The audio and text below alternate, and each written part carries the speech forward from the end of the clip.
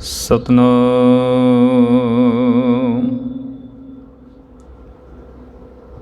ਵਾਹਿਗੁਰੂ ਸਾਹਿਬ JIO.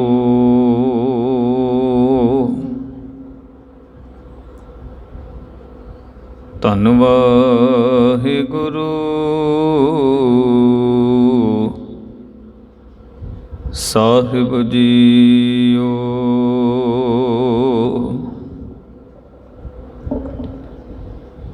ਤੇਰੇ ਕਵਨ ਕਵਨ ਗੁਣ ਕਹਿ ਕਹਿ ਗਾਵਾਂ, ਤੂੰ ਸਾਹਿਬ ਗੁਣੀ ਨਿਧਾਨਾ। ਤੁਮਰੀ ਮਹਿਮਾ ਵਰਨ ਨ ਸਕੋ, ਤੂੰ ਠਾਕੁਰ ਊਚ ਭਗਵਾਨਾ। ਜਿਹਵਾ ਏਕ ਕਵਨ ਗੁਣ ਕਹੀਐ, ਬੇਸੁਮਾਰ ਬੇਅੰਤ ਸੁਆਮੀ। ਤੇਰੋ ਅੰਤ ਨਾ ਕਿਨਹੀ ਲਹੀਐ। ਪਰਮ ਸਨਮਾਨਯੋਗ ਜੁਗਹੁ ਜੁਗ ਅਟਲ ਚਵਰ ਛਤਰ ਔਰ ਤਖਤ ਦੇ ਮਾਲਕ, ਨਿਮਾਣਿਆਂ ਦੇ ਮਾਨ ਨਿਤਾਣਿਆਂ ਦੇ ਤਾਨ, ਨਿਓਟਿਆਂ ਦੀ ਓਟ ਨਿਆਸਰਿਆਂ ਦੇ ਆਸਰਾ, ਗਰੀਬ ਨਿਵਾਜ ਪਤਿਤ ਪਾਵਨ ਭਗਤ ਵਸ਼ਲ। ਧੰਨ ਧੰਨ ਗੁਰੂ ਗ੍ਰੰਥ ਸਾਹਿਬ ਮਹਾਰਾਜ ਜੀ ਦੀ ਪਾਵਨ ਪਵਿੱਤਰ ਹਜ਼ੂਰੀ ਦੇ ਅੰਦਰ ਜੁੜ ਬੈਠੇ ਹੋਏ ਹਾਜ਼ਰੀਨ ਗੁਰੂ ਰੂਪ ਪਿਆਰੀ ਸਾਧ ਸੰਗਤ ਜੀਓ। ਧੰਨ ਧੰਨ ਗੁਰੂ ਗ੍ਰੰਥ ਸਾਹਿਬ ਮਹਾਰਾਜ ਜੀ ਦੀ ਮਹਿਰਾਮਤ ਦੇ ਸਦਕਾ ਆਪਾਂ ਗੁਰੂ ਨਾਨਕ ਸਾਹਿਬ ਮਹਾਰਾਜ ਜੀ ਦੀ ਅਲਾਹੀ ਬਾਣੀ, ਜੋ ਕਿ ਧੰਨ ਗੁਰੂ ਗ੍ਰੰਥ ਸਾਹਿਬ ਮਹਾਰਾਜ ਜੀ ਦੇ ਪ੍ਰਾਰੰਭ ਦੇ ਵਿੱਚ ਗੁਰੂ ਅਰਜਨ ਪਾਤਸ਼ਾਹ ਜੀ ਨੇ ਦਰਜ ਕੀਤੀ ਹੈ, ਇਸ ਬਾਣੀ ਦੀ ਲੜੀਵਾਰ ਵਿਚਾਰ ਦੇ ਨਾਲ ਸਹਿਜ ਸਹਿਜ ਜੁੜ ਰਹੇ ਹਾਂ। ਜਪ ਬਾਣੀ ਦੇ ਪ੍ਰਾਰੰਭ ਦੇ ਵਿੱਚ ਗੁਰੂ ਨਾਨਕ ਸਾਹਿਬ ਮਹਾਰਾਜ ਜੀ ਨੇ ਮੂਲ ਮੰਤਰ ਉਚਾਰਨ ਕੀਤਾ, ਪਰਮਾਤਮਾ ਦੇ ਗੁਣਾਂ ਨੂੰ, ਪਰਮਾਤਮਾ ਦੀ ਵਡਿਆਈ ਨੂੰ ਇਸ ਦੇ ਅੰਦਰ ਸਤਿਗੁਰਾਂ ਨੇ ਨਿਰੂਪਣ ਕੀਤਾ ਹੈ। ਪ੍ਰਾਰੰਭ ਦੇ ਵਿੱਚ ਇੱਕ ਓੰਕਾਰ ਸਤਨਾਮ ਕਰਤਾ ਪੁਰਖ ਨਿਰਭਉ ਨਿਰਵੈਰ, ਇਹਨਾਂ ਸ਼ਬਦਾਂ ਦੀ ਵਿਚਾਰ ਆਪਾਂ ਕਰ ਚੁੱਕੇ ਹਾਂ। ਤੇ ਅੱਜ ਜਿਹੜਾ ਸ਼ਬਦ ਆਪਾਂ ਵਿਚਾਰਨਾ ਹੈ ਉਹ ਸ਼ਬਦ ਮੂਲ ਮੰਤਰ ਦੇ ਅੰਦਰ ਆਇਆ ਹੈ। ਸਤਿਗੁਰੂ ਜੀ ਆਖਦੇ ਨੇ ਅਕਾਲ ਮੂਰਤ। ਕਾਲ ਦਾ ਅਰਥ ਹੁੰਦਾ ਸਮਾਂ, ਕਾਲ ਦਾ ਅਰਥ ਮੌਤ ਵੀ ਆਇਆ ਹੈ। ਤੇ ਇਸ ਕਾਲ ਸ਼ਬਦ ਦੇ ਅਗੇਤਰ ਐੜਾ ਲੱਗਾ ਹੋਇਆ ਹੈ। ਸ਼ਬਦ ਬਣਦਾ ਹੈ ਆਕਾਲ, ਭਾਵ ਸਮੇਂ ਤੋਂ ਪਰੇ, ਮੌਤ ਤੋਂ ਪਰੇ, ਜਿਹਦੇ ਉੱਤੇ ਸਮੇਂ ਦਾ ਕੋਈ ਅਸਰ ਨਹੀਂ ਹੁੰਦਾ, ਮੌਤ ਦਾ ਕੋਈ ਪ੍ਰਭਾਵ ਨਹੀਂ ਪੈਂਦਾ। ਤੇ ਮੂਰਤ ਦਾ ਅਰਥ ਹੁੰਦਾ ਹਸਤੀ। ਧੰਨ ਗੁਰੂ ਨਾਨਕ ਸੱਚੇ ਪਾਤਸ਼ਾਹ ਜੀ ਕਹਿ ਰਹੇ ਨੇ ਕਿ ਹੇ ਜੀਵ, ਨਿਰੰਕਾਰ ਅਕਾਲ ਪੁਰਖ ਪਰਮਾਤਮਾ ਜੋ ਹੈ ਨਾ, ਇਹਦੇ ਉੱਤੇ ਮੌਤ ਦਾ, ਸਮੇਂ ਦਾ, ਦੇਸ਼ ਦਾ, ਕਿਸੇ ਚੀਜ਼ ਦਾ ਕੋਈ ਪ੍ਰਭਾਵ ਨਹੀਂ ਪੈਂਦਾ। ਭਾਵ ਇਹਨੂੰ ਮੌਤ ਮਾਰ ਨਹੀਂ ਸਕਦੀ, ਸਮਾਂ ਪਰਮਾਤਮਾ ਨੂੰ ਪੁਰਾਣਾ ਨਹੀਂ ਕਰ ਸਕਦਾ, ਉਹਦੀ ਹਸਤੀ ਨੂੰ ਮੇਟ ਨਹੀਂ ਸਕਦਾ। ਪਰ ਇਹ ਜਿਹੜਾ ਸੰਸਾਰ ਹੈ ਨਾ, ਇਸ ਸੰਸਾਰ ਦੇ ਉੱਤੇ ਸਮੇਂ ਦਾ, ਕਾਲ ਦਾ ਪ੍ਰਭਾਵ ਪੈਂਦਾ ਹੈ। ਪਰਮਾਤਮਾ ਨੇ ਆਪ ਇਹ ਸੰਸਾਰ ਰਚਿਆ ਹੋਇਆ ਸਮੇਂ ਦੇ ਅਨੁਸਾਰ, ਸਮੇਂ ਦੇ ਅਧੀਨ, ਕਾਲ ਦੇ ਅਧੀਨ। ਆਪਾਂ ਬਾਣੀ ਦੇ ਬਚਨ ਪੜ੍ਹਦੇ ਹਾਂ। ਸਤਿਗੁਰੂ ਜੀ ਆਖਦੇ ਨੇ, ਜੋ ਜਨਮੈ ਸੋ ਜਾਨੋ ਮੂਆ। ਜਿਸ ਮਨੁੱਖ ਨੇ ਵੀ ਇਸ ਸੰਸਾਰ ਦੇ ਉੱਤੇ, ਜਿਸ ਜੀਵ ਜੰਤੂ ਨੇ ਵੀ ਇਸ ਸੰਸਾਰ ਦੇ ਉੱਤੇ ਸਰੀਰ ਕਰਕੇ ਜਨਮ ਲਿਆ ਏ, ਉਹਨੂੰ ਇੱਕ ਨਾ ਇੱਕ ਦਿਨ ਕਾਲ ਜ਼ਰੂਰ ਮਾਰ ਦਿੰਦਾ ਏ, ਖਾ ਜਾਂਦਾ ਏ। ਪਰ ਪਰਮਾਤਮਾ ਦੇ ਨਾਲ ਐਸਾ ਕੁਝ ਵੀ ਨਹੀਂ। ਸਤਿਗੁਰਾਂ ਨੇ ਹੋਰ ਬਾਣੀ ਦੇ ਵਿੱਚ ਬਚਨ ਆਖੇ, ਸਭਨਾ ਮਰਨਾ ਆਇਆ ਵਿਛੋੜਾ, ਸਭਨਾ ਸਾਰਿਆਂ ਨੂੰ ਇੱਕ ਨਾ ਇੱਕ ਦਿਨ ਮੌਤ ਆਉਣੀ ਹੈ। ਜੋ ਉਪਜਿਓ, ਗੁਰੂ ਤੇਗ ਬਹਾਦਰ ਸਾਹਿਬ ਮਹਾਰਾਜ ਜੀ ਦੇ ਬੜੇ ਅਮੋਲਕ ਬਚਨ, ਜੋ ਸਪਸ਼ਟ ਕਰਦੇ ਨੇ ਕਿ ਜਿਹੜਾ ਵੀ ਸੰਸਾਰ ਦੇ ਉੱਤੇ ਆਇਆ ਹੈ ਨਾ, ਚਾਹੇ ਸਰੀਰ ਕਰਕੇ ਮਨੁੱਖ ਹੈ, ਚਾਹੇ ਜੀਵ ਜੰਤੂ ਨੇ, ਚਾਹੇ ਬਨਸਪਤੀ ਹੈ, ਜੋ ਕੁਝ ਵੀ ਇਸ ਸੰਸਾਰ ਦੇ ਉੱਤੇ ਪ੍ਰਮਾਤਮਾ ਨੇ ਘੱਲਿਆ, ਇੱਕ ਨਾ ਇੱਕ ਦਿਨ ਫਨਾ ਜ਼ਰੂਰ ਹੋਣਾ, ਮਿਟਣਾ ਜ਼ਰੂਰ ਹੈ। ਪਰ ਪ੍ਰਮਾਤਮਾ ਕਦੀ ਨਹੀਂ ਮਿਟੇਗਾ। ਜੋ ਉਪਜਿਓ ਸੋ ਬਿਨਸ ਹੈ, ਪਰੋ ਆਜ ਕੈ ਕਾਲ, ਨਾਨਕ ਹਰ ਗੁਣ ਗਾਏ ਲੈ ਛਾੜ ਸਗਲ ਜੰਜਾਲ। ਇੱਕ ਨਾ ਇੱਕ ਦਿਨ ਸਾਰਾ ਕੁਝ ਖਤਮ ਹੋਣਾ ਹੈ, ਕਿਉਂਕਿ ਇਹ ਸਾਰਾ ਸੰਸਾਰ ਕਾਲ ਦੇ ਅਧੀਨ ਹੈ। ਪਰ ਪਰਮਾਤਮਾ ਦੇ ਉੱਤੇ ਕਾਲ ਦਾ ਕੋਈ ਪ੍ਰਭਾਵ ਨਹੀਂ ਪੈਂਦਾ। ਸੱਚ ਜਾਣਿਆ, ਜੇ ਪਰਮਾਤਮਾ ਦਾ ਜਨਮ ਨਹੀਂ ਹੋਇਆ, ਪਰਮਾਤਮਾ ਆਪਣੇ ਆਪ ਤੋਂ ਪ੍ਰਕਾਸ਼ਵਾਨ ਹੈ। ਨਾ ਪਰਮਾਤਮਾ ਨੂੰ ਕਿਸੇ ਨੇ ਜਨਮ ਦਿੱਤਾ ਹੈ, ਨਾ ਉਹਦੀ ਮਾਤਾ ਹੈ, ਨਾ ਉਹਦਾ ਪਿਤਾ ਹੈ, ਨਾ ਉਹਦੇ ਭੈਣ ਨੇ, ਨਾ ਉਹਦੇ ਭਰਾ ਨੇ, ਨਾ ਕੋਈ ਰਿਸ਼ਤੇਦਾਰੀ ਹੈ। ਪਰਮਾਤਮਾ ਆਪਣੇ ਆਪ ਤੋਂ ਪ੍ਰਕਾਸ਼ਵਾਨ ਹੋਇਆ। ਗੁਰੂ ਗੋਬਿੰਦ ਸਿੰਘ ਜੀ ਮਹਾਰਾਜ ਜੀ ਦੇ ਵੀ ਬਚਨ ਆਪਾਂ ਪੜ੍ਹਦੇ ਹਾਂ ਨਾ, ਤਾਤ ਮਾਤ ਨਾ ਜਾਤ ਜਾਕਰ ਜਨਮ ਮਰਨ ਬਹੀਨ। ਨਾ ਉਹਦੀ ਤਾਤ ਏ, ਨਾ ਉਹਦਾ ਮਾਤ ਏ, ਨਾ ਉਹਦੀ ਜਾਤ ਏ। ਜਨਮ ਮਰਨ ਬਹੀਨ, ਜਨਮ ਮਰਨ ਤੋਂ ਪਰੇ ਹੈ ਪ੍ਰਮਾਤਮਾ। ਕਿਉਂਕਿ ਮਨੁੱਖ ਨੂੰ ਸੰਸਾਰ ਦੇ ਉੱਤੇ ਆਉਣ ਦੇ ਲਈ ਮਾਤਾ ਔਰ ਪਿਤਾ, ਇਹਨਾਂ ਦੋਵਾਂ ਦੀ ਜ਼ਰੂਰਤ ਹੈ। ਇਹਨਾਂ ਦੋਵਾਂ ਦੇ ਜ਼ਰੀਏ ਹੀ ਮਨੁੱਖ ਦੇ ਸਰੀਰ ਦਾ ਜਿਹੜਾ ਹੈ ਜਨਮ ਹੁੰਦਾ ਹੈ। ਪਰ ਪਰਮਾਤਮਾ ਆਪਣੇ ਆਪ ਤੋਂ ਪ੍ਰਕਾਸ਼ਵਾਨ ਹੈ। ਪਰਮਾਤਮਾ ਨੂੰ ਮਾਤਾ ਪਿਤਾ ਦੀ ਜ਼ਰੂਰਤ ਨਹੀਂ, ਸਗੋਂ ਇਸ ਸੰਸਾਰ ਦੇ ਉੱਤੇ ਮਾਂ ਨੂੰ ਵੀ ਜਨਮ ਪਰਮਾਤਮਾ ਨੇ ਦਿੱਤਾ ਹੈ, ਪਿਤਾ ਨੂੰ ਵੀ ਜਨਮ ਪਰਮਾਤਮਾ ਨੇ ਦਿੱਤਾ ਹੈ। ਇਸ ਸਮੁੱਚੀ ਕਾਇਨਾਤ ਨੂੰ ਜਨਮ ਪਰਮਾਤਮਾ ਨੇ ਆਪ ਦਿੱਤਾ ਹੈ। ਪਰ ਉਹਨੂੰ ਜਨਮ ਦੇਣ ਵਾਲਾ ਕੋਈ ਮਾਂ ਨਹੀਂ, ਕੋਈ ਪਿਤਾ ਨਹੀਂ। ਬਾਬਾ ਕਬੀਰ ਸਾਹਿਬ ਜੀ ਦਾ ਇੱਕ ਬਚਨ ਆਪਾਂ ਬਾਣੀ ਦੇ ਅੰਦਰ ਪੜ੍ਹਦੇ ਹਾਂ। ਬਾਬਾ ਕਬੀਰ ਸਾਹਿਬ ਜੀ ਆਖਦੇ ਨੇ, ਇਹ ਮਨੁੱਖ ਆ ਜਿਹੜੀਆਂ ਜੂਨਾਂ ਦੇ ਅੰਦਰ ਤੂੰ ਭਟਕਦਾ ਪਿਆ ਹੈ ਨਾ, ਇਹ ਜੂਨਾਂ ਤੇਰੇ ਲਈ ਹੀ ਬਣੀਆਂ ਨੇ, ਪਰਮਾਤਮਾ ਲਈ ਨਹੀਂ ਬਣੀਆਂ। ਪਰਮਾਤਮਾ ਇਹਨਾਂ ਜੂਨਾਂ ਦੇ ਵਿੱਚ ਨਹੀਂ ਭਟਕਦਾ। ਜਿਹੜਾ ਮੇਰਾ ਪਰਮਾਤਮਾ ਹੈ ਨਾ, ਉਹ ਐਡਾ ਵੱਡਾ ਹੈ, ਉਹ ਐਡਾ ਵੱਡਾ ਮਾਲਕ ਹੈ ਕਿ ਨਾ ਉਹਦੀ ਮਾਂ ਹੈ, ਨਾ ਉਹਦਾ ਕੋਈ ਪਿਤਾ ਹੈ। ਸਦੀਵੀ ਕਾਲ ਲਈ ਸੁਭਾਏ ਮਾਂ ਨੇ ਪਰਮਾਤਮਾ, ਨਾ ਉਹਨੂੰ ਕਦੀ ਮੌਤ ਆਉਂਦੀ ਏ ਤੇ ਨਾ ਹੀ ਉਹਦਾ ਕਦੀ ਜਨਮ ਹੋਇਆ।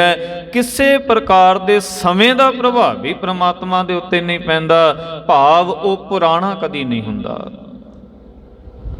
ਜੇ ਮਨੁੱਖ ਵੱਲ ਵੇਖੋ, ਮਨੁੱਖ ਦੇ ਉੱਤੇ ਕਾਲ ਦਾ, ਸਮੇਂ ਦਾ ਬੜਾ ਪ੍ਰਭਾਵ ਹੈ। ਜਦੋਂ ਜਨਮ ਹੁੰਦਾ ਹੈ ਇੱਕ ਛੋਟੀ ਜਿਹੀ ਕਾਇਆ ਦੇ ਰੂਪ ਦੇ ਅੰਦਰ, ਤੇ ਇਹੀ ਕਾਇਆ ਸਮੇਂ ਦੇ ਪ੍ਰਭਾਵ ਨੂੰ ਕਬੂਲਦਿਆਂ ਹੋਇਆਂ ਫਿਰ ਵੱਡੀ ਹੋ ਜਾਂਦੀ ਹੈ, ਭਾਵ ਥੋੜੀ ਅਵਸਥਾ ਵੱਡੀ ਹੋ ਜਾਂਦੀ, ਸਰੀਰ ਕਾਇਆ ਥੋੜਾ ਵੱਡਾ ਹੋ ਜਾਂਦਾ ਹੈ। ਫਿਰ ਸਮੇਂ ਦਾ ਪ੍ਰਭਾਵ ਕਬੂਲਦਿਆਂ ਇਹੀ ਬਚਪਨ ਦੀ ਅਵਸਥਾ ਤੋਂ ਗੁਰੂ ਸਵਾਰਿਓ ਤੁਰ ਕੇ ਜਵਾਨੀ ਦੇ ਵਿੱਚ ਚਲੇ ਜਾਂਦੀ ਇਹ ਕਾਇਆ। ਇਹੀ ਕਾਇਆ ਜਵਾਨੀ ਤੋਂ ਸਮੇਂ ਦੇ ਪ੍ਰਭਾਵ ਨੂੰ ਕਬੂਲਦਿਆਂ ਬੁਢੇਪੇ ਵਿੱਚ ਤੁਰ ਜਾਂਦੀ ਏ। ਬੁਢੇਪੇ ਤੋਂ ਬਾਅਦ ਇਹਦੀ ਮੌਤ ਵੀ ਹੋ ਜਾਂਦੀ ਏ। ਭਾਵ ਸਮੇਂ ਦੇ ਵਿੱਚ ਹੀ ਜਨਮ ਹੋਇਆ, ਸਮੇਂ ਦੇ ਵਿੱਚ ਹੀ ਵੱਡਾ ਹੋਇਆ, ਸਮੇਂ ਦੇ ਵਿੱਚ ਹੀ ਬੁੱਢਾ ਹੋਇਆ, ਤੇ ਸਮੇਂ ਦੇ ਵਿੱਚ ਹੀ ਇਹਦੀ ਮੌਤ ਵੀ ਆ ਗਈ। ਕਾਲ ਇਹਨੂੰ ਖਾ ਗਿਆ। ਪਰ ਪਰਮਾਤਮਾ ਬਾਬਾ ਕਬੀਰ ਸਾਹਿਬ ਜੀ ਆਖਦੇ ਨੇ, ਮੇਰਾ ਪਰਮਾਤਮਾ ਕਿਸੇ ਸੰਕਟ ਦੇ ਵਿੱਚ ਨਹੀਂ ਪੈਂਦਾ, ਕਿਸੇ ਜੂਨ ਦੇ ਵਿੱਚ ਨਹੀਂ ਪੈਂਦਾ। ਪਰਮਾਤਮਾ ਦੇ ਉੱਤੇ ਸਮੇਂ ਦਾ ਪ੍ਰਭਾਵ ਨਹੀਂ ਪੈਂਦਾ। ਨਾ ਉਹ ਬੁੱਢਾ ਹੁੰਦਾ ਹੈ, ਨਾ ਉਹ ਬਚਪਨ ਦੇ ਵਿੱਚ, ਨਾ ਉਹ ਜਵਾਨੀ ਵਿੱਚ, ਨਾ ਉਹ ਬੁੱਢਾ ਹੁੰਦਾ ਹੈ, ਤੇ ਨਾ ਹੀ ਕਦੀ ਮਰਦਾ ਏ। ਉਹ ਸਦੀਵੀ ਕਾਲ ਲਈ ਸੁਭਾਏਮਾਨ ਇੱਕ ਰਸ ਰਹਿੰਦਾ ਏ। ਬਾਣੀ ਦਾ ਬਚਨ ਆਉਂਦਾ, ਸੰਕਟ ਨਹੀਂ ਪਰੈ ਜੌਨ ਨਹੀਂ ਆਵੇ, ਨਾਮ ਨਿਰੰਜਨ ਜਾਂ ਕੋ ਰੇ, ਕਬੀਰ ਕੋ ਸੁਆਮੀ ਐਸੋ ਠਾਕੁਰ, ਜਾਂ ਕੈ ਮਾਈ ਨਾ ਬਾਪੂ ਰੇ। ਮੇਰਾ ਜਿਹੜਾ ਸੁਆਮੀ ਹੈ ਐਸਾ ਠਾਕੁਰ ਹੈ, ਐਸਾ ਵੱਡਾ ਹੈ, ਜਿਹਦਾ ਕੋਈ ਮਾਂ ਨਹੀਂ, ਕੋਈ ਪਿਤਾ ਨਹੀਂ, ਜਿਹਦਾ ਭਾਵ ਕਿਸੇ ਜੂਨ ਵਿੱਚ ਵੀ ਨਹੀਂ ਆਉਂਦਾ। ਸੰਕਟ ਨਹੀਂ ਪਰੈ ਜੂਨ ਨਹੀਂ ਆਵੇ, ਕਿਸੇ ਸੰਕਟ ਦੇ ਵਿੱਚ ਵੀ ਨਹੀਂ ਪੈਂਦਾ। ਉਹਦੇ ਉੱਤੇ ਕੋਈ ਮੌਤ ਰੂਪੀ ਸੰਕਟ ਵੀ ਨਹੀਂ ਆਉਂਦਾ, ਮੁਸੀਬਤ ਵੀ ਨਹੀਂ ਆਉਂਦੀ। ਪਰਮਾਤਮਾ ਹਮੇਸ਼ਾ ਇੱਕ ਰਸ ਰਹਿੰਦਾ ਹੈ। ਗੁਰੂ ਅਰਜਨ ਸਾਹਿਬ ਮਹਾਰਾਜ ਜੀ ਦੇ ਬਚਨ ਆਪਾਂ ਵਿਚਾਰਦੇ ਹਾਂ। ਸਤਿਗੁਰੂ ਜੀ ਆਖਦੇ ਨੇ, ਆਦ ਪੂਰਨ ਮੱਧ ਪੂਰਨ ਅੰਤ ਪੂਰਨ ਪਰਮੇਸ਼ਰ ਹੈ। ਸਤਿਗੁਰੂ ਜੀ ਆਖਦੇ ਨੇ, ਆਦ ਵਿੱਚ ਵੀ ਸੰਪੂਰਨ ਸੀ, ਹੁਣ ਮੱਧ ਦੇ ਵਿੱਚ ਵੀ ਸੰਪੂਰਨ ਹੈ, ਆਉਣ ਵਾਲੇ ਸਮੇਂ ਦੇ ਵਿੱਚ ਵੀ ਸੰਪੂਰਨ ਰਹੇਗਾ। ਨਾ ਉਹਦੇ ਉੱਤੇ ਸਮੇਂ ਦਾ ਪ੍ਰਭਾਵ ਪੈਣਾ, ਉਹਨੇ ਪੁਰਾਣਾ ਕਦੀ ਵੀ ਨਹੀਂ ਹੋਣਾ, ਉਹਨੇ ਮਿਟਣਾ ਕਦੀ ਵੀ ਨਹੀਂ। ਪਰਮਾਤਮਾ ਅਕਾਲ ਮੂਰਤ ਹੈ, ਭਾਵ ਉਹਦੀ ਮੂਰਤ ਨੂੰ, ਉਹਦੀ ਹਸਤੀ ਨੂੰ ਕਾਲ ਕਦੀ ਖਾ ਨਹੀਂ ਸਕਦਾ। ਪਰ ਇਹ ਜਿਹੜਾ ਗੁਣ ਪਰਮਾਤਮਾ ਦੇ ਕੋਲ ਹੈ, ਇਹ ਮੈਂ ਆਪਣੇ ਜੀਵਨ ਦੇ ਵਿੱਚ ਕਿੰਨਾ ਘਟਾਲਿਆ ਹੈ। ਅਸਲ ਕਹਾਣੀ ਤੇ ਇਹ ਹੈ ਨਾ, ਕਿਉਂਕਿ ਜਿਸ ਪਰਮਾਤਮਾ ਦੇ ਵਿੱਚ ਅਸੀਂ ਅਭੇਦ ਹੋਣਾ, ਮੈਂ ਪਿੱਛੇ ਵੀ ਬੇਨਤੀ ਕੀਤੀ ਸੀ ਕਿ ਜੇ ਪਰਮਾਤਮਾ ਇੱਕ ਓੰਕਾਰ ਹੈ ਤੇ ਸਾਨੂੰ ਵੀ ਅੰਦਰੋਂ ਇੱਕ ਹੋਣਾ ਪੈਣਾ ਹੈ। ਜੇ ਪਰਮਾਤਮਾ ਸਤ ਨਾਮ ਹੈ, ਉਹਦਾ ਨਾਮ ਸਤ ਹੈ, ਸਾਨੂੰ ਵੀ ਅੰਦਰੋਂ ਸਤ ਦੇ ਧਾਰਨੀ ਹੋਣਾ ਪੈਣਾ ਹੈ। ਜੇ ਪਰਮਾਤਮਾ ਕਰਤਾ ਪੁਰਖ ਹੈ ਤੇ ਕਰਤਾ ਪੁਰਖ ਦੇ ਵਿੱਚ ਸਾਨੂੰ ਵੀ ਅਭੇਦ ਹੋਣਾ ਪੈਣਾ ਹੈ। ਇਸੇ ਪ੍ਰਕਾਰ ਜੇ ਪਰਮਾਤਮਾ ਨਿਰਭਉ ਹੈ ਤੇ ਸਾਨੂੰ ਵੀ ਅੰਦਰੋਂ ਨਿਰਭਉ ਹੋਣਾ ਪਵੇਗਾ। ਜੇ ਨਿਰਵੈਰ ਹੈ ਤੇ ਸਾਨੂੰ ਵੀ ਅੰਦਰੋਂ ਨਿਰਵੈਰਤਾ ਦਾ ਗੁਣ ਧਾਰਨ ਕਰਨਾ ਪਵੇਗਾ। ਇਸੇ ਪ੍ਰਕਾਰ ਜੇ ਪਰਮਾਤਮਾ ਅਕਾਲ ਮੂਰਤ ਹੈ, ਭਾਵ ਕਿਸੇ ਜੂਨ ਵਿੱਚ ਨਹੀਂ ਆਉਂਦਾ, ਕਿਸੇ ਸਮੇਂ ਦਾ, ਕਿਸੇ ਮੌਤ ਦਾ ਉਹਦੇ ਉੱਤੇ ਪ੍ਰਭਾਵ ਨਹੀਂ ਪੈਂਦਾ, ਤੇ ਮੈਨੂੰ ਵੀ ਆਪਣੇ ਜੀਵਨ ਦੇ ਵਿੱਚ ਇਹ ਗੁਣ ਜ਼ਰੂਰ ਧਾਰਨ ਕਰਨਾ ਪਵੇਗਾ। ਕਿਉਂਕਿ ਅਸੀਂ ਵੀ ਤੇ ਅਕਾਲ ਮੂਰਤ ਦੇ ਵਿੱਚ ਅਭੇਦ ਹੋਣਾ ਹੈ ਨਾ। ਤੇ ਜੇ ਅਕਾਲ ਮੂਰਤ ਦੇ ਅੰਦਰ ਅਭੇਦ ਹੋਣਾ ਹੈ ਤੇ ਇਹ ਜੀਵ ਤੈਨੂੰ ਆਪਣੇ ਆਪ ਨੂੰ ਉਸ ਅਕਾਲ ਮੂਰਤ ਦੇ ਨਾਲ ਜੋੜਨਾ ਪਵੇਗਾ। ਤੈਨੂੰ ਆਪਣੇ ਆਪ ਨੂੰ ਅਕਾਲ ਮੂਰਤ ਦੇ ਅੰਦਰ ਅਭੇਦ ਕਰਨਾ ਪਵੇਗਾ। ਕਿਉਂਕਿ ਸੱਚ ਜਾਣੀ, ਜਿਸ ਦਿਨ ਤੇਰੇ ਅੰਦਰ ਦੁਚਿੱਤੀ ਦ્વੈਸ਼ ਭਾਵਨਾ ਦਾ ਜਨਮ ਹੁੰਦਾ ਹੈ ਨਾ, ਸੱਚ ਜਾਣੀ ਉਸ ਦਿਨ ਤੋਂ ਪਰਮਾਤਮਾ ਤੋਂ ਵੱਖਰਾ ਹੋ ਜਾਣਾ ਹੈ। ਇਹ ਗੱਲ ਨੂੰ ਬੜੇ ਗੌਰ ਨਾਲ ਸਮਝਿਆ ਜੇ। ਜੇ ਤੇ ਮੈਂ ਅੰਦਰੋਂ ਸੱਚਾ ਹਾਂ, ਜੇ ਮੈਂ ਸੱਚ ਬੋਲਦਾ ਹਾਂ, ਤੇ ਮੈਂ ਅਕਾਲ ਮੂਰਤ ਦੇ ਨਾਲ ਅਭੇਦ ਹਾਂ, ਅਕਾਲ ਮੂਰਤ ਦੇ ਨਾਲ ਜੁੜਿਆ ਹੋਇਆ। ਜੇ ਮੈਂ ਅੰਦਰੋਂ ਝੂਠ ਬੋਲਦਾ, ਸੱਚ ਜਾਣਿਆ ਜੇ ਅਕਾਲ ਮੂਰਤ ਤੋਂ ਟੁੱਟਿਆ ਹੋਇਆ ਵਾਂ, ਮੇਰੇ ਉੱਤੇ ਸਮੇਂ ਦਾ ਪ੍ਰਭਾਵ ਪਵੇਗਾ। ਮੇਰੇ ਅੰਦਰ ਦੇ ਗੁਣਾਂ ਦੇ ਉੱਤੇ ਸਮੇਂ ਦਾ ਪ੍ਰਭਾਵ ਪਵੇਗਾ। ਆਪਣੇ ਅੰਦਰ ਨੂੰ ਇਸ ਸਮੇਂ ਦੇ ਪ੍ਰਭਾਵ ਤੋਂ ਆਜ਼ਾਦ ਕਰਨਾ ਆਪਾਂ। ਜੇ ਮੈਂ ਝੂਠ ਬੋਲਦਾ ਵਾਂ ਤੇ ਸੱਚ ਜਾਣਿਓ, ਜੇ ਮੈਂ ਅੰਦਰੋਂ ਗੁਨਾਹ ਕਰਕੇ ਮਰ ਜਾਣਾ, ਆਪਣੇ ਜ਼ਮੀਰ ਕਰਕੇ ਮਰ ਜਾਣਾ, ਤੇ ਜੇ ਮੈਂ ਸੱਚ ਬੋਲਦਾ, ਮੈਨੂੰ ਆਤਮਿਕ ਜੀਵਨ ਮਿਲਦਾ, ਮੈਂ ਸਦੀਵੀ ਕਾਲ ਲਈ ਅਮਰ ਹੋ ਜਾਣਾ ਵਾਂ। ਇਹ ਮੈਂ ਨਹੀਂ ਕਹਿ ਰਿਹਾ, ਬਾਣੀ ਕਹਿ ਰਹੀ ਏ।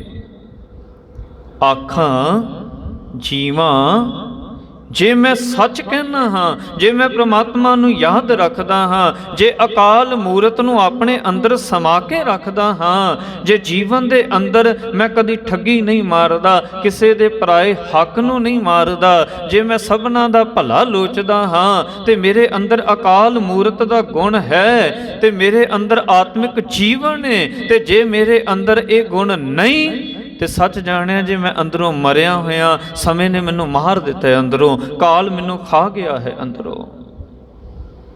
ਸਤਿਗੁਰੂ ਜੀ ਆਖਦੇ ਨੇ, ਆਖਾਂ ਜੀਵਾਂ ਹਾਂ ਵਿਸਰਹਿ ਮਰ ਜਾਓ। ਪਰਮਾਤਮਾ ਜੇ ਮੈਨੂੰ ਗੁਨਾਹ ਕਰਕੇ ਅੰਦਰੋਂ ਵਿਸਰ ਗਿਆ, ਮੇਰੇ ਅੰਦਰ ਦ્વੈਸ਼ ਭਾਵਨਾ ਹੈ, ਮੇਰੇ ਅੰਦਰ ਵਿਕਾਰਾਂ ਨੇ ਜਨਮ ਲਿਆ, ਮੈਂ ਝੂਠ ਵੀ ਬੋਲਦਾ, ਚੋਰੀਆਂ ਵੀ ਕਰਦਾ, ਠੱਗੀਆਂ ਵੀ ਕਰਦਾ, ਲੋਕਾਂ ਦੇ ਲਈ ਮਾੜਾ ਚਿਤਵਦਾ, ਤੇ ਮੈਨੂੰ ਅੰਦਰੋਂ ਕਾਲ ਖਾ ਗਿਆ, ਮੈਂ ਅਕਾਲ ਮੂਰਤ ਦੇ ਨਾਲ ਅਭੇਦ ਨਹੀਂ ਹੋਇਆ, ਮੈਨੂੰ ਅੰਦਰੋਂ ਕਾਲ ਖਾ ਗਿਆ ਏ। ਇਸੇ ਕਰਕੇ ਸਤਿਗੁਰਾਂ ਨੇ ਆਖਿਆ, ਬੰਦਿਆ ਤੈਨੂੰ ਸਭ ਕੁਝ ਵਿਸਰ ਜਾਵੇ, ਇੱਕ ਪਰਮਾਤਮਾ ਤੈਨੂੰ ਨਾ ਵਿਸਰੇ, ਜੇ ਅਕਾਲ ਮੂਰਤ ਦੇ ਅੰਦਰ ਅਭੇਦ ਹੋਣਾ ਹੈ। ਕਿਉਂਕਿ ਸੋ ਕਿਉਂ ਵਿਸਰੈ ਜਿਨ ਸਭ ਕਿਛ ਦੀਆ, ਸੋ ਕਿਉਂ ਵਿਸਰੈ ਜਿਨ ਜੀਵਨ ਜੀਆ। ਜਿਨੇ ਤੈਨੂੰ ਜੀਵਨ ਬਖਸ਼ਿਸ਼ ਕੀਤਾ, ਤੈਨੂੰ ਇਹ ਕਾਇਆ ਬਖਸ਼ਿਸ਼ ਕਰਤੀ, ਸੰਸਾਰ ਦੇ ਉੱਤੇ ਭੇਜਣਾ ਕੀਤਾ, ਨਾਮ ਬੰਦਗੀ ਦੀ ਕਮਾਈ ਕਰਨ ਦੇ ਲਈ, ਤੈਨੂੰ ਉਹ ਪਰਮਾਤਮਾ ਵਿਸਰਨਾ ਹੀ ਨਹੀਂ ਚਾਹੀਦਾ। ਮੈਂ ਤੇ ਇੱਥੋਂ ਤੱਕ ਬੇਨਤੀ ਕਰਦਾ ਹੁੰਨਾ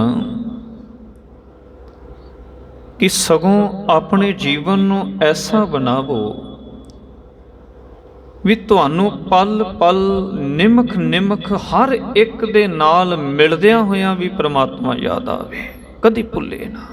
ਤੁਹਾਡੇ ਸੱਜਣ, ਤੁਹਾਡੇ ਮਿੱਤਰ, ਤੁਹਾਡੇ ਪਰਿਵਾਰ ਦੇ ਜੀ, ਤੁਹਾਡੀਆਂ ਧੀਆਂ, ਤੁਹਾਡੇ ਪੁੱਤਰ, ਤੁਹਾਡੀ ਧਰਮ ਸੁਪਤਨੀ, ਤੁਹਾਡਾ ਅੰਦਰ, ਤੁਹਾਡਾ ਬਾਹਰ, ਭਾਵ ਤੁਹਾਡਾ ਜੀਵਨ ਐਸਾ ਹੋਵੇ ਜਿਹੜਾ ਵੀ ਤੁਹਾਨੂੰ ਮਿਲੇ, ਮਿਲਦੇ ਸਾਲ ਤੁਹਾਨੂੰ ਪਰਮਾਤਮਾ ਯਾਦ ਆਵੇ, ਤੁਹਾਨੂੰ ਪਰਮਾਤਮਾ ਭੁੱਲੇ ਹੀ ਨਾ।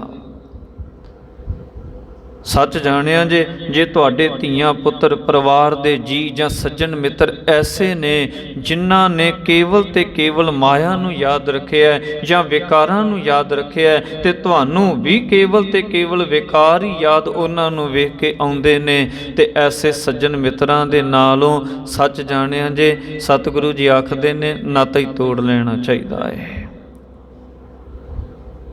ਬਾਣੀ ਦਾ ਬਚਨ ਪੜ੍ਹਦੇ ਆ ਨਾ, ਨਾਨਕ ਕੱਚੜਿਆਂ ਸਿਓ ਤੋੜ, ਕਿਉਂਕਿ ਕੱਚੇ ਬੰਦੇ ਨੇ, ਉਹ ਅਕਾਲ ਦੇ ਨਾਲ ਨਹੀਂ ਜੁੜੇ ਹੋਏ, ਉਹਨਾਂ ਨੂੰ ਕਾਲ ਅੰਦਰੋਂ ਖਾ ਗਿਆ, ਆਤਮਿਕ ਤੌਰ ਤੇ ਮਰ ਚੁੱਕੇ ਨੇ ਬੰਦੇ ਜਿਨ੍ਹਾਂ ਨਾਲ ਤੂੰ ਜੁੜਿਆ ਹੋਇਆ ਹੈ, ਜੇ ਉਹਨਾਂ ਨੂੰ ਰੱਬ ਯਾਦ ਨਹੀਂ।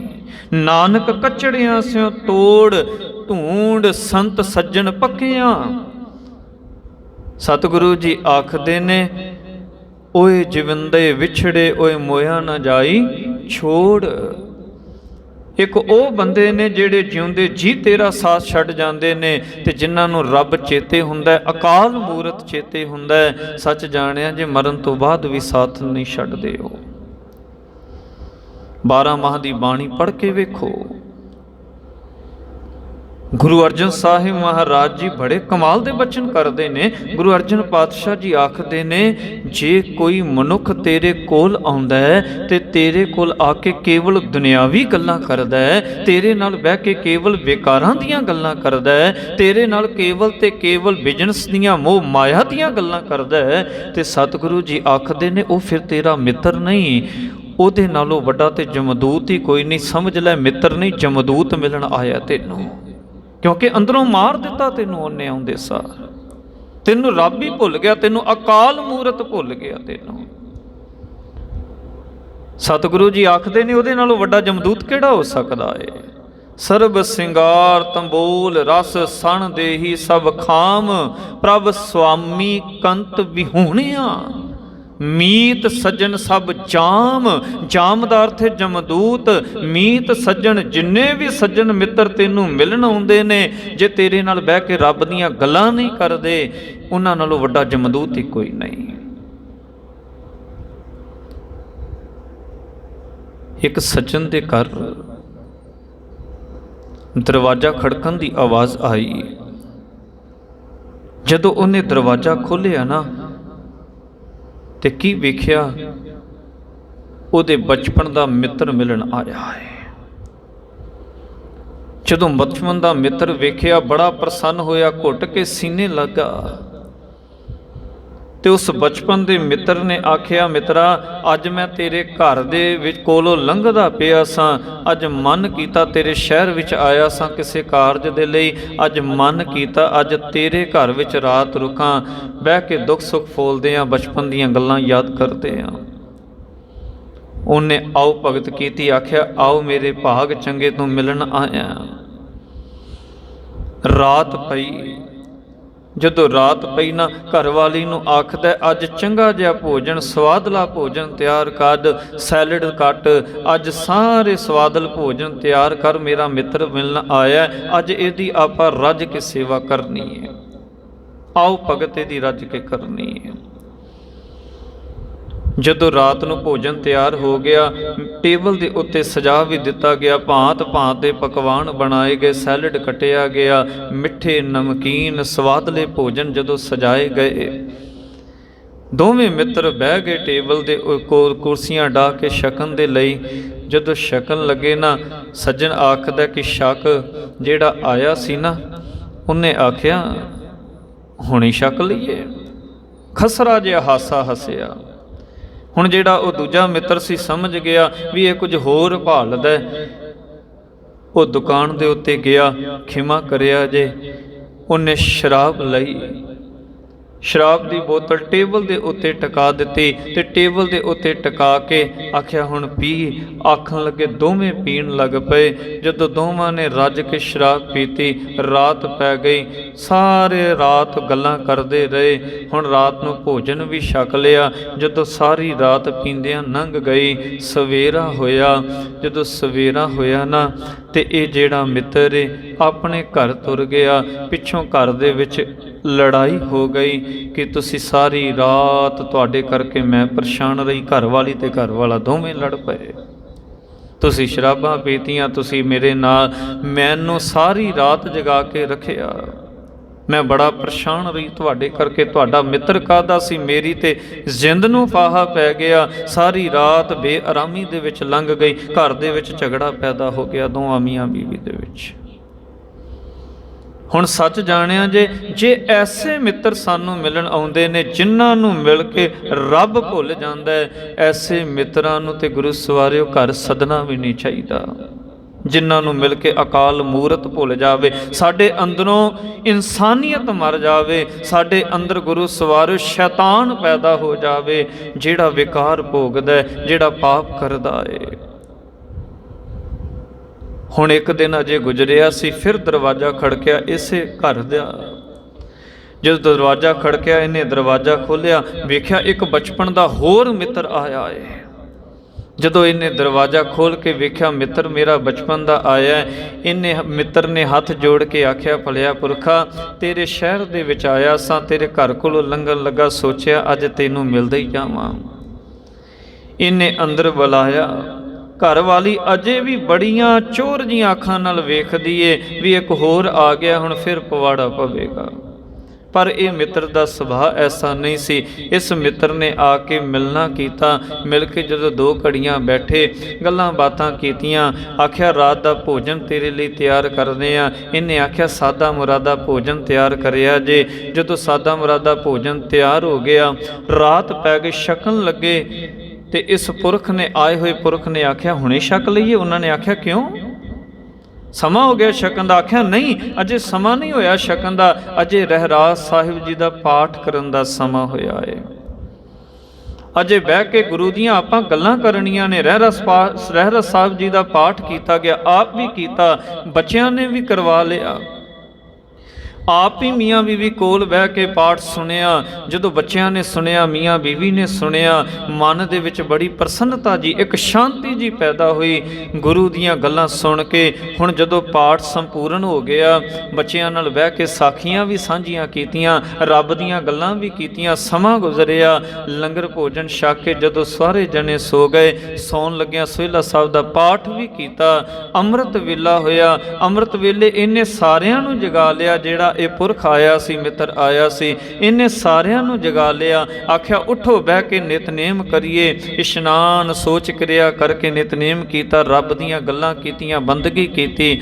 ਜਦੋਂ ਜਾਣ ਲੱਗਿਆ ਨਾ, ਜਾਣ ਲੱਗਿਆ ਇਹਨੇ ਅਰਦਾਸ ਕੀਤੀ, ਹੇ ਅਕਾਲ ਪੁਰਖ ਜੀਓ, ਆ ਜਿਹੜਾ ਮੇਰਾ ਮਿੱਤਰ ਹੈ ਨਾ, ਇਹਨੇ ਮੇਰੀ ਬੜੀ ਸੇਵਾ ਕੀਤੀ, ਮੈਂ ਇਹਦੇ ਘਰ ਵਿੱਚ ਵੀ ਰੁਕਿਆ, ਇਹਨੇ ਭੋਜਨ ਪਾਣੀ ਵੀ, ਪ੍ਰਸ਼ਾਦਾ ਪਾਣੀ ਵੀ ਛਕਾਇਆ।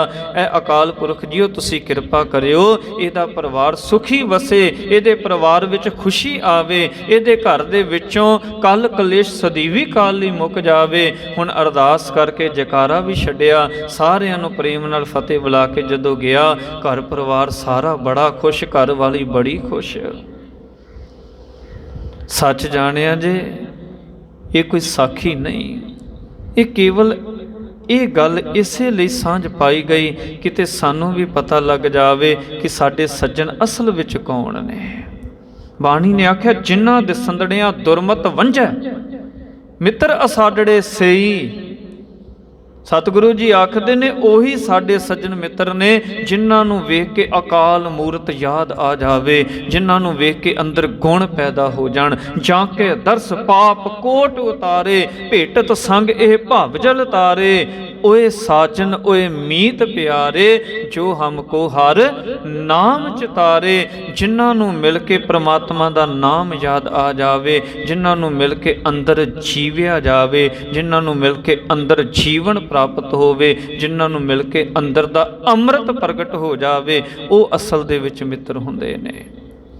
ਜੇ ਉਸ ਅਕਾਲ ਪੁਰਖ ਨੂੰ ਮਿਲਣਾ ਹੈ ਜਿਹੜਾ ਕਾਲ ਤੋਂ ਰਹਿਤ ਹੈ, ਜਿਹਦੇ ਉੱਤੇ ਸਮੇਂ ਦਾ ਕੋਈ ਪ੍ਰਭਾਵ ਨਹੀਂ ਪੈਂਦਾ, ਜਿਹਦੀ ਹਸਤੀ, ਜਿਹਦੀ ਮੂਰਤ ਸਦੀਵੀ ਕਾਲ ਲਈ ਹੈ, ਸੱਚ ਜਾਣਿਆ ਜੇ ਤੇ ਆਪਣੇ ਆਪ ਦੇ ਅੰਦਰ ਵੀ ਗੁਰੂ ਸਵਾਰਿਓ ਗੁਣਾਂ ਵਾਲਾ ਜੀਵਨ ਜ਼ਰੂਰ ਧਾਰਨ ਕਰਨਾ ਪਵੇਗਾ। ਸਤਿਗੁਰੂ ਜੀ ਕਿਰਪਾ ਕਰਨ, ਮਿਹਰਾਮਤ ਕਰਨ, ਨਾ ਉਹ ਮਰੈ ਨਾ ਹੋਵੇ ਸੋਗ, ਐਸੇ ਨਾਲ ਸਾਂਝ ਪਾਵੋ, ਅੰਦਰ ਸਦਾ ਹੀ ਆਨੰਦ ਬਣਿਆ ਰਹੇਗਾ।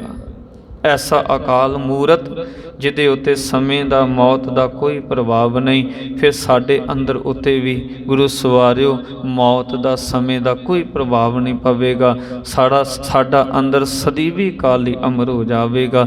ਇਤਨੀਆਂ ਕੁ ਬੇਨਤੀਆਂ ਪ੍ਰਵਾਨ ਕਰਨੀਆਂ ਜੇ, ਸਮਾਂ ਬਹੁਤਾ ਨਹੀਂ ਹੁੰਦਾ, ਇਸ ਕਰਕੇ ਬੜੀ ਸੀਮਤ ਜੀ ਵਿਚਾਰ ਕਰਨ ਦਾ ਯਤਨ ਕਰਦੇ ਹਾਂ ਤਾਂ ਜੋ ਸਮਝ ਵੀ ਆ ਜਾਵੇ ਤੇ ਇਸ ਵਿਚਾਰ ਦੇ ਵਿੱਚੋਂ ਸਾਨੂੰ ਵੀ ਜੀਵਨ ਜੀਣ ਦੀ ਜਾਚ ਆ ਜਾਵੇ। ਬੇਅੰਤ ਪ੍ਰਕਾਰ ਦੀਆਂ ਭੁੱਲਾਂ ਦੀ ਖਿਮਾ, ਫਤਿਹ ਦੀ ਸਾਂਝ ਪਾਵੋ ਜੀ। ਮਿਲ ਕੇ ਆਖੋ ਜੀ, ਵਾਹਿਗੁਰੂ ਜੀ ਕਾ ਖਾਲਸਾ, ਵਾਹਿਗੁਰੂ ਜੀ ਕੀ ਫਤਿਹ।